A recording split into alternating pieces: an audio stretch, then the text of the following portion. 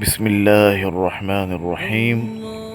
اگر میاں بیوی میں اختلاف ہے، روز لڑائی جھگڑا نہ چاکی رہتی ہے، آپس میں محبت نہیں ہے، تو اس آیت مبارکہ کو 99 بار پڑھ کر کسی میٹھی چیز پر 3 دن دم کر کے دونوں میاں بیوی کو کھلائیں۔